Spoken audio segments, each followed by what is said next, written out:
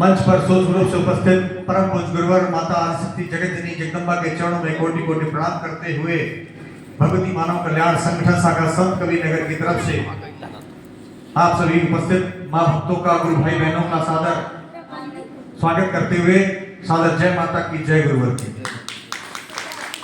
दिव्यता और पूर्णता के इस क्रम में अंग्रेजी नव वर्ष 2025 के प्रारंभ में आज पहला हम सभी के बीच में महादिव्य आरती का यह जो क्रम प्राप्त हुआ है, यह क्रम परम पूज्य गुरुवर जी के सिद्धाश्रम धाम में जो मूल ध्वजा की स्थापना जहां हुई है, मूल ध्वजा के मंदिर में सुबह और शाम में जो आरती का क्रम होता है, उस आरती के एक क्रम का लाभ यहाँ पे महीने में एक बार मिलता है। और विभिन्न जिलों में हम सभी ऐसे भाई बहन जो संगठन से जुड़े हुए हैं या जो नहीं जुड़े हुए हैं, जो समझते हैं इस यात्रा को कि हमें आज नहीं तो आगे चल के इस यात्रा से जुड़ना है, वह भी इस क्रम में अपनी सहभागिता प्रस्तुत करते हुए माता आदिशक्ति जगत जननी जगदम्बा के चरणों में अपने समय से समय निकालते हुए यहाँ पर उपस्थित होकर अपने कल्याण और अपने आने वाली पीढ़ियों के कल्याण के लिए यहाँ पे आके मां के चरणों में शीश झुकाते हैं। हम आप सभी लोगों के बीच में हमारे कुछ नए भाई बहन भी हैं, कुछ पुराने हैं और आवाज तो न जाने कहां तक जा रही है। यहां पे आना न आना उनका अपना सौभाग्य, लेकिन कुछ ऐसे भी व्यक्ति हैं जो मजबूर हैं कि भाई उनकी दुकान है, वो अकेले हैं, नहीं आ पाते, लेकिन वो बड़ी गौर से हमारे यहाँ के क्रम को सुनते हैं, उनका लाभ प्राप्त करते हैं। उनकी मानसिक एकाग्रता यहाँ माँ के चरणों में जरूर पहुंचती है। उनके लिए भी प्रार्थना करते हैं कि हे माँ, हे गुरुवर, ऐसी स्थिति उनके साथ निर्मित हो कि वह भी अपने परिवार के साथ यहाँ समय दे सके। मैं गुरु की एक महिमा के बारे में आप सबको बताऊंगा, एक छोटी सी साधना के बारे में बताऊंगा जो आप अपने घर पे कर सकते हैं और नित्य करते भी हैं, जिसका लाभ हमें प्राप्त होगा और उसका लाभ त्वरित प्राप्त होता है। जैसे हमें भूख लगी हो और हमें भोजन मिल जाए, हम भोजन ग्रहण कर लें तो हमारी भूख मिट जाती है। उसी प्रकार से इस शरीर के अंदर जो बैठे दिव्य चेतना है, उसकी चैतन्यता के लिए साधना, आराधना, पूजा पाठ की आवश्यकता होती है। यह स्थूल शरीर जो बाहर से दिखता है, जिसको हम खा पी के सुंदर बनाते हैं, क्रीम पाउडर पोत के सुंदर बनाते हैं, एक दिन वो मिट्टी में मिल जाता है। और उस मिट्टी के शरीर में परमेश्वर की उस असीम कृपा की पात्रता को लेते हुए कहते हैं कि मनुष्य शरीर को प्राप्त करने के लिए देवता भी तरसते हैं। क्यों तरसते हैं भाई? देवताओं के लिए क्या दुर्लभ है कि मनुष्य का यह शरीर प्राप्त करने के लिए वह तरसते हो? जरूर कोई बात होगी इस शरीर में। मनुष्य का शरीर प्रकृति ने, माता भगवती ने सिर्फ एक ही ऐसा शरीर बनाया है सृष्टि में, जिनके माध्यम से कठिन साधना, तपस्या, आराधना, पूजा पाठ, कर्म करके वह देवताओं के तुल्य भी बन सकता है।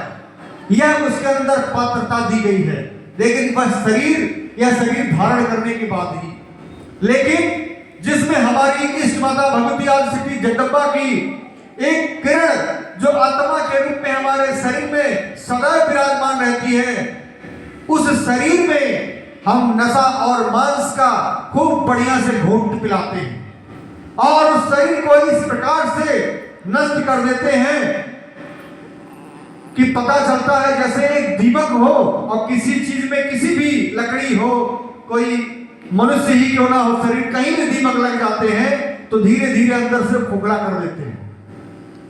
उसी प्रकार से नशा मांस हमारे जीवन में, हमारे शरीर के लिए, हमारी उस चैतन्यपूर्ण आत्मा के लिए भी अभिशाप है, दीमक है।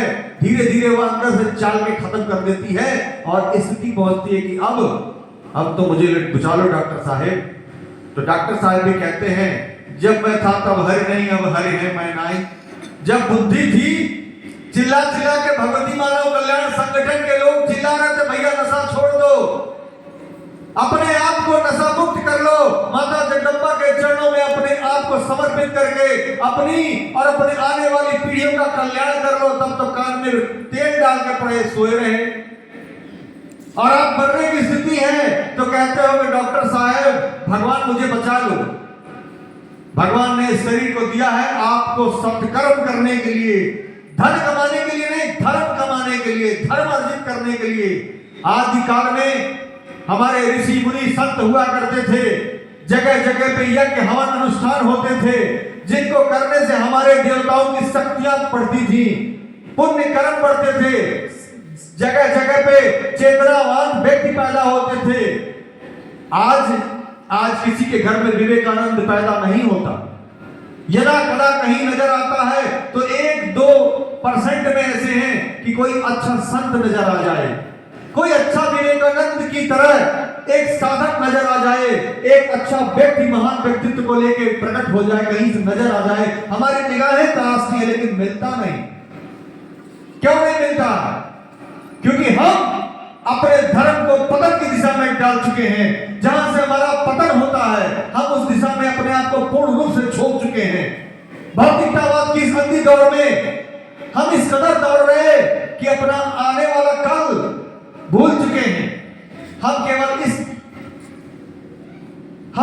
इस शंका में रहते हैं कि हम आज कमाएंगे तो हम घर बना लेंगे, बिल्डिंग बना लेंगे, अपने बच्चों की व्यवस्था कर लेंगे। क्या पता बच्चा आपकी उस संजोई हुई धन संपदा को, उस संपत्ति को दारू के नशे में, व्यभिचार के नशे में वह सब कुछ बेचते हुए चला जाता है और यह आपकी बनाई हुई संपत्ति एक क्षण में मिट्टी के बराबर हो जाती है। विचार करिएगा, अपने घर में बैठ के एक कान से सुन के दूसरे कान से निकालना वो हमारी जिम्मेदारी नहीं है, वह आपकी नैतिक जिम्मेदारी है। हमारा काम है गला फाड़ के चिल्ला के आपको विचार देना, जो हमारे गुरुवर ने विचार दिए हैं कि अगर अपना कल्याण और आने वाली पीढ़ियों का कल्याण करना चाहते हो तो माता आदि शक्ति जगत जननी जगदम्बा के चरणों में जाओ, उनकी साधना आराधना करो, उनसे आशीर्वाद प्राप्त करो, तभी जाकर तुम्हारा कल्याण है। लेकिन उसके लिए नशा मान से मुक्त और चरित्रवान बनना पड़ेगा। यदि हम अपने जीवन में नशा और मान से मुक्त हो गए लेकिन चरित्रहीनता अपनी जारी है तो भी कहीं न कहीं से छेद किए हुए हैं हम उसको भी त्यागें। हम छल कपट प्रपंच से दूर हटके गुरु की आवश्यकता क्यों पड़ती है? छोटा बच्चा होता है, घर परिवार में जैसा वातावरण होता है, माता पिता गुरु के रूप में उसको ज्ञान देते हैं, बेटा ये ना करो, बेटा वो ना करो, बेटा ऐसे बैठो, ऐसे बात करो, वैसे बात करो। विद्यालय में जाते हैं तो वहां भी गुरुजन हमारा मार्गदर्शन करते हैं। लेकिन एक बार की बात है, एक गुरु की महिमा की बात मैं कर रहा था। एक शिष्य था, बड़े दिव्य महापुरुष का वो शिष्य था, लेकिन दिव्य महापुरुष बिल्कुल साधारण अवस्था में रहते थे जैसे कि हमारे परम पूज्य गुरुवर जी।